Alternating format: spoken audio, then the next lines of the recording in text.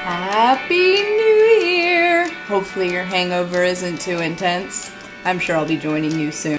But it's January 1st, 2017, first day of the new year, but most importantly it's Sunday, which means it's time for our first segment of Sevenfold Sundays! Huzzah!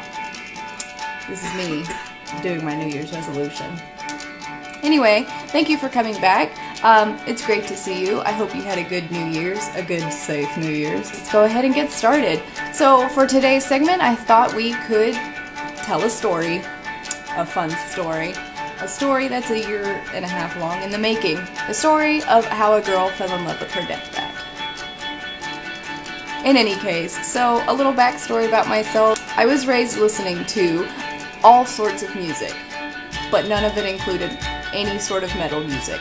My parents liked to listen to 80s rock, and my dad liked country, and my mom liked Cher.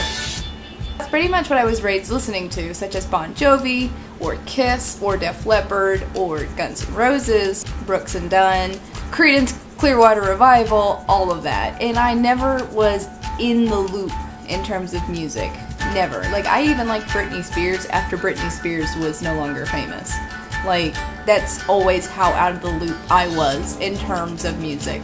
But in any case, I did latch on to one particular band in my childhood from when I was like 13 all the way up to high school, and that was Bon Jovi. I was kind of crazy in love in a creepy way with Bon Jovi. Their music, their singer, all of it. Like, so much to a point that I actually read the John Bon Jovi autobiography. So with that being said, growing up, yes, I was heavy into Bon Jovi. I had a Bon Jovi messenger bag. I wanted to get a Bon Jovi tattoo.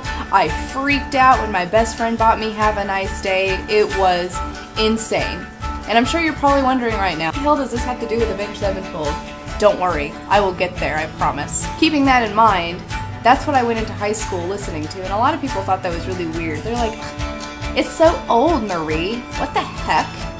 Well, yeah, it was old music, but I still loved it, and nobody really shared that love of the music I listened to. Everyone was listening to In the Now and all of that, and I just couldn't understand why they liked that noise. In fact, that's what I used to refer to metal as, was noise. But then, my best friend in the entire world introduced me to Breaking Benjamin. The reason why that's important comes on later.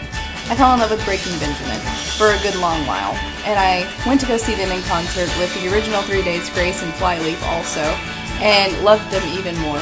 Was heartbroken the day that they broke up, and felt completely rejuvenated as a person when I found out they got back together.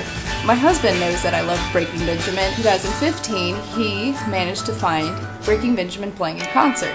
Now, in high school, like I mentioned, I wasn't into anything heavy. There was no such thing as me listening to anything other than Bon Jovi or the occasional country song. But I did have Nightmare on my MP3 player. So I knew who Avenged Sevenfold was, but I didn't really like any other of their music, which was a poor mistake on my part because I didn't really actually try and listen to any of their music. I wasn't very curious per se. My husband finds Breaking Benjamin playing out in Michigan, and he asks if I want to go. Of course I want to go. We're married. We do stuff together. That's just what we do. But he also said that Breaking Benjamin was the opener for Avenged Sevenfold. So, in order for me to go see Breaking Benjamin again, I would have to see Avenged Sevenfold too, because he wasn't going to let me leave. My husband and I pack up in July, drive all the way out to Michigan, stay at the Soaring Eagle Resort and Hotel, which was a very nice casino, and we went to the concert. We were 11 rows away from the stage. I could literally smell the drum kits. I could smell the dust from the curtains. It was pretty intense. So Breaking Benjamin comes on, and I'm pumped. Adrenaline's pumping. And then Avenged Sevenfold comes on. And I remember, I was pretty shocked. I was blown away. Needless to say, by the middle of the show, I think I was hooked. I even had a coming into Jesus moment, if you will, when they performed So Far Away. I stood up on my chair just to get a better look, and I saw all around me all these lights from cell phones lighting up the stage to a point where it was like we were in the galaxy. We were the sky, we were the stars, and the stage was our sun.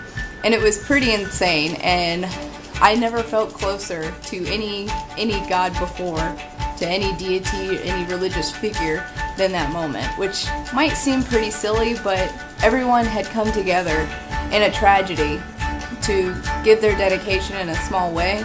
And it was such a beautiful moment because even afterwards it was just eerily quiet as everyone chanted afterwards. That's kind of the turning point for me, and I became a fan instantly. To keep things in order, I would just like to point out that was in July of 2015. So yeah, I am not a very long time fan. A bandwagoner, if you will. But it did take a concert for me to fall in love with Avenged Sevenfold. The next year, my husband messages me again. He says, hey, what are we doing in August? Because there's a concert we need to go to. And I ask him who it is, and he says, well, it's Avenged Sevenfold and Metallica. So naturally, we go and see that again, and hopefully we'll have 3 for 3 with next year. This year, with the Carolina Rebellion, where they will be headlining on the 3rd day of that festival, which I hope I can go.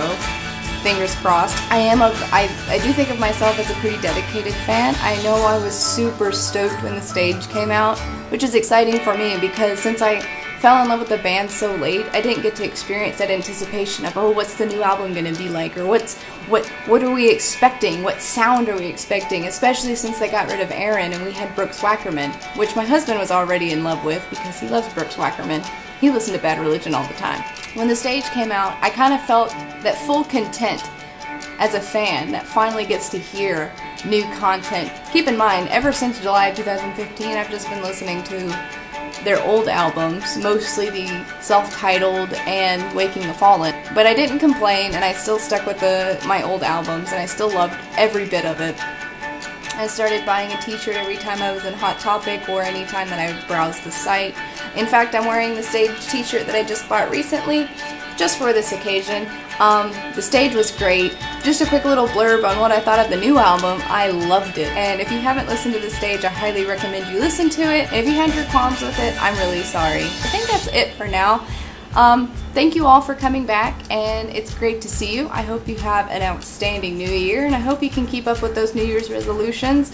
I know most of you are going to be trying to lose weight, hitting the gym, and just keep in mind you and about 3 million other people also had the same idea to start going to the gym in 2017, so I hope you can find a spot. If you like this video, please go ahead and give me a thumbs up.